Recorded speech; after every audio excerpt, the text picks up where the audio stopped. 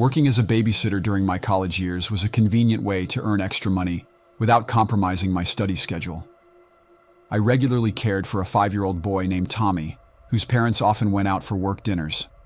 Tommy was an adorable boy, usually quiet and entertained by his toys or cartoons on TV. On that particular night, I arrived at the family's house shortly before the parents left. They gave me the usual instructions. Make sure Tommy was in bed by 8:30 p.m. and keep an eye on him while they were out.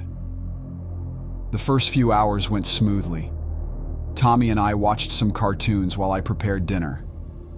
After we finished the meal, Tommy casually mentioned some noises coming from the basement. "What's that noise, Sarah?" he asked, looking at me with curious eyes. I focused on the sound. It was a subtle rustling, as if something was dragging across the floor. I tried to stay calm to not alarm Tommy.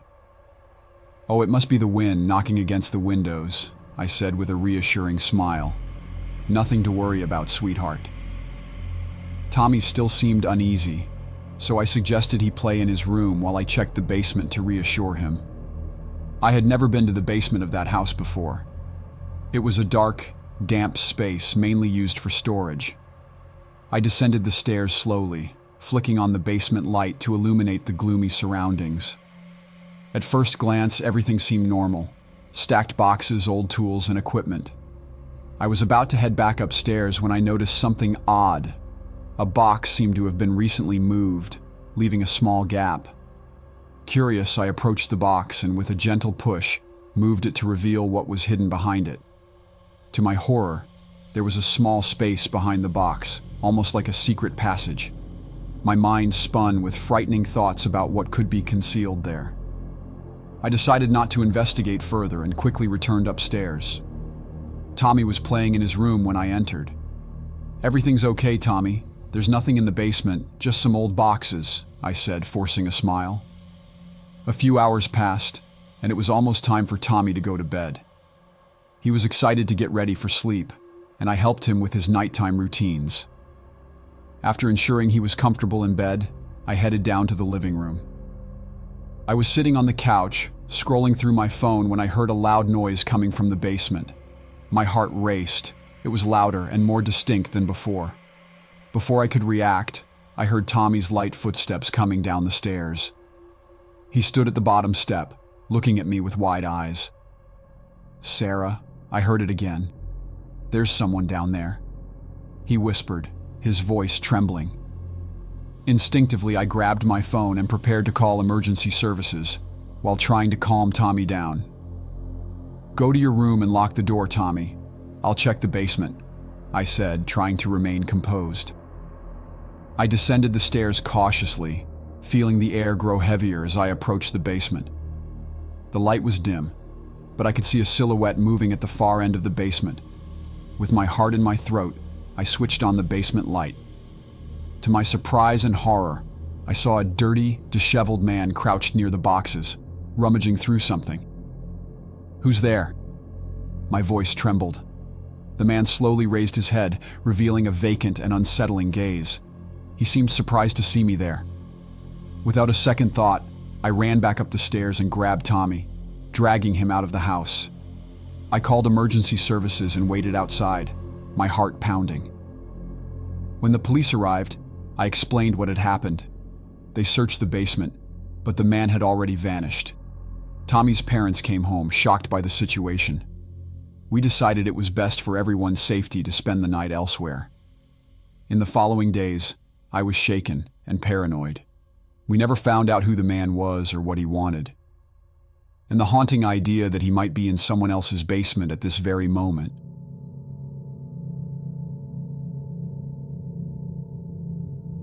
I was 8 years old when this terrifying experience happened. A memory that remains vivid in my mind, even in adulthood. It was a weekend when my parents decided to hire a 16-year-old named Ethan to look after me and my 6-year-old sister while they went away on a trip together. My mother found Ethan through an advertisement at the local library and felt a quiet connection with him, as he attended the same high school that my parents had. It was supposed to be a simple weekend, but things quickly took a strange turn. On the first night, I was engrossed in playing video games in the basement. Ethan politely joined me for a multiplayer session of a game I loved. He seemed like a nice guy, and my childlike innocence made me warm up to him quickly. The next day, my friend Zachary came over to play in the backyard while Ethan kept an eye on my little sister indoors. Everything seemed normal until that night when something disturbing happened. I was lying in my bed, playing with my DS, when I heard the door to my room gently close. I turned around, and to my shock, saw Ethan in the dark corner of the room. He whispered my name as if to confirm it was me there. Before I could react, he approached and pulled the sheets off my bed. "It's me, Ethan," he whispered, as if trying to justify himself. A shiver of fear ran down my spine. Ethan seemed about to join me in bed, but something stopped him at the last moment. Heart pounding, I got out of bed and ran to my little sister's room, where I wrapped myself in a blanket on the floor, trying to process what had just happened. The next day, Ethan seemed to avoid contact with me. He stayed silent all day while I played with my little sister, aware that something was wrong. That night was the first time I had trouble sleeping, afraid that Ethan might return. I heard the door creak again in the darkness, but this time I stayed quiet, pretending to be asleep. When I finally mustered the courage to look, Ethan was no longer there. However, my suspicion that something was terribly wrong intensified when the next day I saw him approaching my little sister's room in the dark. I yelled at him to leave, feeling my heart race in my chest. "I'm just checking on her," he murmured before disappearing. I knew I couldn't stay there anymore. I locked the door and spent the night awake, harboring a growing fear within me. The next morning, I heard my parents arrive. I pretended everything was normal, but I knew I needed to tell them what had happened. They noticed my strange behavior and asked why I had slept in my little sister's room. I didn't have the courage to tell them the whole truth at that moment. Keeping this secret weighed heavily on my conscience, but shame and fear silenced me. The following days were a silent torment, with Ethan's presence looming over me like a sinister shadow. My little sister was my priority, and I protected her as best as I could. Years passed since that frightening experience. As I grew older, I wondered if Ethan could have done the same thing to other children. The weight of silence was a burden I carried alone. However, the memory of that dark night never left me. I lived with the remorse of not revealing the truth, with the fear that Ethan might have harmed other children. It was a burden I could no longer bear. I decided to confront my fears and tell my parents the truth, years later.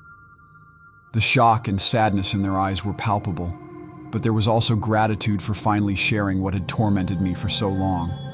Ethan's story was reported to the authorities, although I'll never know if he was held accountable for his actions. What I do know is that by sharing my story, I felt a weight being lifted off my shoulders. Now, as an adult, I've learned the importance of speaking about our darkest experiences, of facing fear, and protecting those we love. The night Ethan entered my room was a turning point in my life, a constant reminder of the need to be brave in the face of the unknown.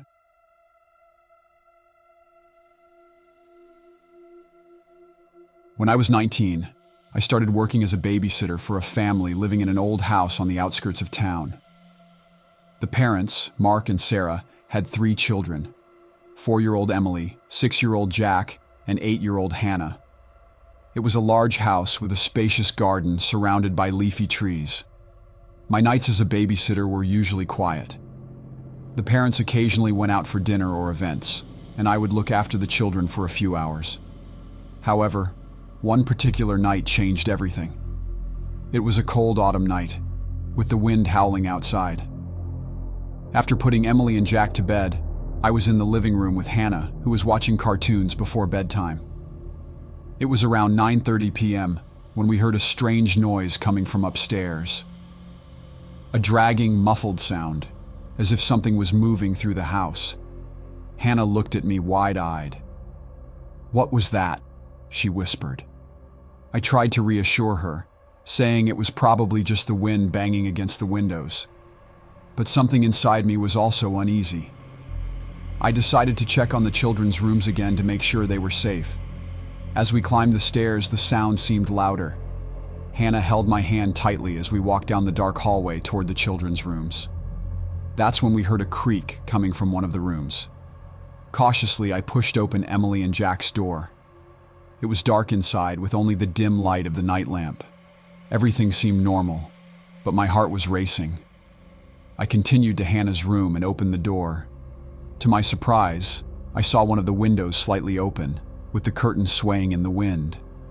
The cold breeze filled the room. Hannah looked pale and frightened. I closed the window and hugged her, trying to calm her down. As I tried to soothe Hannah, we heard another noise, this time coming from the living room. I left Hannah in her room and crept downstairs, preparing for whatever I might encounter. The living room was silent and dark when I entered. A shadow quickly passed by the window, making me jump. I ran to the window and looked outside, but there was no one there. I decided to call the parents, but my phone had no signal. I grew increasingly nervous, thinking about how to protect the children if something was wrong. I decided to lock all the doors and windows. I went back upstairs and found Hannah huddled in bed. She was scared, asking what was happening. I lied to her, saying it was just the wind. While trying to calm Hannah, we heard a loud noise coming from the kitchen. I jumped out of bed and went to the door, ready to confront whatever was downstairs. The kitchen was empty when I entered, except for a faint draft coming from the window. My heart pounded in my chest when I realized the window was open. Before I could react, I heard footsteps behind me. I turned around quickly, but there was no one there. The feeling of being watched intensified. I decided to go back to Hannah's room and lock the door. That's when I saw a shadow moving across the wall. I froze, unsure of what to do. The shadow approached, revealing the figure of a tall, skinny man. He stood in the doorway, looking directly at me. I screamed, waking up the children. The man quickly retreated and disappeared into the darkness. I grabbed Hannah and the other children and ran outside the house, not looking back.